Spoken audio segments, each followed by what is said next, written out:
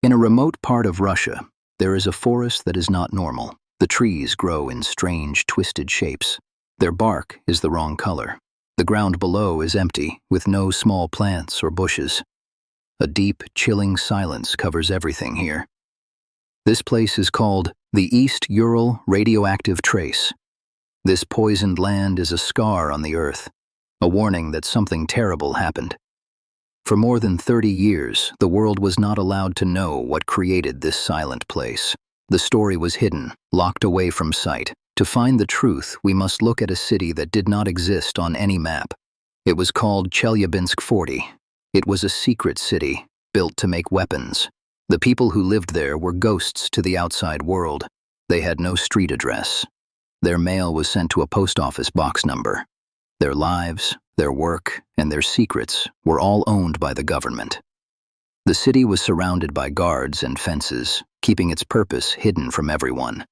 This wall of secrecy was built for one reason: to hide the dangerous work being done inside at a place called the Mayak plant. This is where the story of the poisoned forest truly begins. The Great Disaster was not the first secret. For years, from 1949 to 1956, the Mayak plant did something awful. It poured dangerous, glowing waste directly into the Techa River. This was not an accident. The river was the only source of water for many small villages. The poison flowed downstream, into the homes and bodies of thousands of people who knew nothing about the danger. They were the first victims of a secret that was just beginning. Then, on September 29, 1957, the secret grew into something much bigger. Deep under the ground at the Mayak plant, there was a huge steel tank. It was called Tank 14. Inside, it held 80 tons of hot, liquid nuclear waste. The system that was supposed to keep the tank cool broke. The liquid inside got hotter and hotter until it began to dry out. A single spark was all it took. The tank exploded with the force of a bomb. It blew apart a thick concrete lid that weighed 160 tons. A giant cloud of poison dust shot a mile into the sky, carrying a secret that could no longer be contained by fences alone. The first response to the explosion was not a rescue. It was an act of deception. Soldiers and firefighters were sent into the disaster zone with a simple order: put out a chemical fire. They were given no special suits, no breathing masks, no warning of the invisible poison in the air. This was the state's first line of defense, not to protect its people, but to protect its secret. These men, known as liquidators, walked directly into a radioactive storm. They waded through a strange black substance that covered the ground, never knowing it was deadly waste. They did their duty, believing they were heroes fighting a normal fire, but the government knew the truth. It was using their ignorance as a shield. 10 days passed in silence. Then, without warning, military trucks arrived in the villages closest to the blast. Soldiers went door to door with a new order. You have 2 hours. Gather only what you can carry. You are leaving, and you will never return. There was no explanation, just a cold, hard command. Families were forced to abandon everything: their homes, their farms, their animals. They left behind a lifetime of memories, loaded onto trucks, and driven away into the unknown. They were told it was for their own safety, but they were never told what they were being saved from. This was not an evacuation. It was an erasure.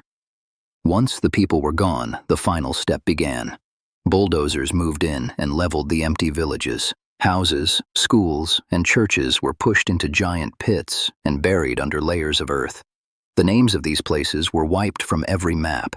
The goal was simple: to make it seem as if these communities and the people who lived in them had never existed at all.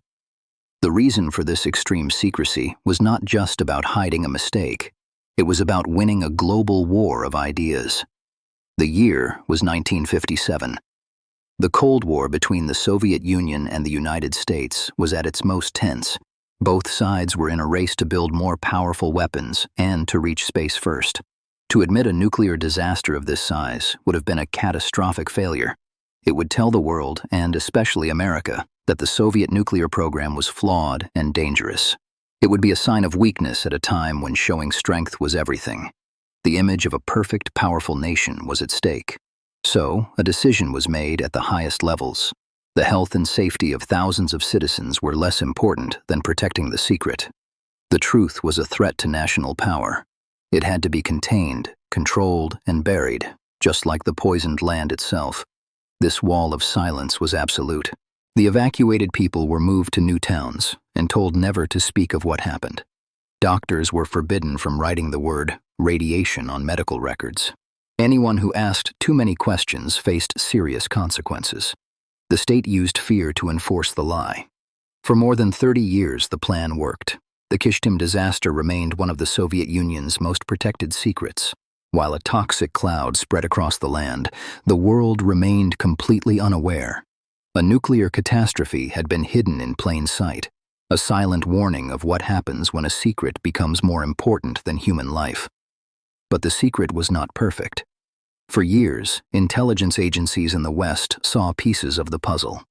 They had reports of a terrible accident, strange readings of poison in the air, and pictures from spy planes that showed a land that was suddenly empty and scarred. They knew something had happened. Yet they never shared this truth with the world. The question that remains is why. By staying silent, they allowed the wall of secrecy to stand, hiding a danger that affected everyone. The most poisoned part of the land was given a new name in 1968. It was called the East Ural State Nature Reserve. This was not done to protect the animals or the trees. It was the final step in the cover-up. This forbidden reserve became a giant outdoor laboratory. Behind its fences, scientists were sent to study what the invisible poison did to the living things trapped inside. Every plant, every animal became part of a dark experiment that no one was ever meant to know about. The habit of keeping dangerous secrets did not end at Kyshtym. It became the way things were done. Almost 30 years later, at a place called Chernobyl, the world saw the same pattern of silence and denial. The slow warnings to the people, the lies told to the world, and the choice to protect a secret instead of protecting lives. The story of Chernobyl began long before, in the silent, poisoned forests of the East Urals. The truth about the Kyshtym disaster did not come from the government that hid it. It was revealed by scientists and journalists who had to flee their own country to speak. They risked everything to share the story. They showed the world a wound on the map that had been kept hidden for 32 years, a place where whole villages had been buried, and a river ran with poison. This leaves us with one final, chilling thought. If a disaster of this size could be erased from history for more than 3 decades, we must ask ourselves a serious question. What other silent scars exist on our planet, and what other forbidden frontiers are being kept from us right now? The silence around Kyshtym was not just an absence of news. It was a strategy, a dangerous test to see if a nuclear disaster of this size could be completely erased from history. For 32 years, the answer was yes. The cost of this silence was paid again in 1986.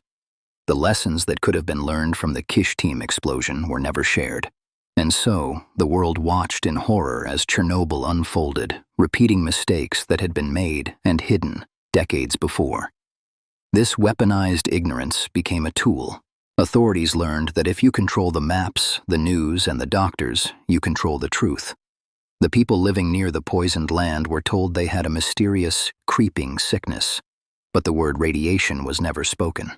Entire villages were wiped off official maps. Medical records vanished from hospitals. The people themselves became ghosts in their own land, their suffering denied by the same government that caused it. This was the architecture of a perfect secret. The poison, however, did not obey the official story. It seeped deeper into the soil. It flowed down the rivers. The radioactive material, called strontium-90, acts like calcium. It gets into the bones of animals and people and stays there, poisoning from the inside for decades. Today, the East Ural Nature Reserve is a strangely beautiful place. The trees grow tall and animals roam without fear of hunters. But this is a false peace. The life here has adapted to the poison, or it has been twisted by it. It is a forbidden garden, deadly to any human who enters. The consequences are passed down through families. Children and grandchildren of the first victims still suffer. Sicknesses that have no other explanation continue to appear in the towns just outside the forbidden zone. The disaster did not end in 1957. It is still happening. Even now, with the truth revealed, the area remains sealed. It is not just for safety. It has become a human laboratory. Scientists study the effects of long-term radiation on the plants, the animals, and the people who were left behind. The zone is too valuable as a source of dark knowledge to ever be cleaned. Whispers persist that the Kyshtym explosion was not the only accident at the Mayak plant. Other spills, other releases of poison, are rumored to have occurred, each one carefully hidden from the world. The full story of what happened in this secret place may never be known. The Kyshtym disaster serves as a permanent warning. It proves that the most dangerous frontiers are not always in distant jungles or deep oceans. Sometimes they are the secrets a nation is willing to guard, no matter the cost in human lives.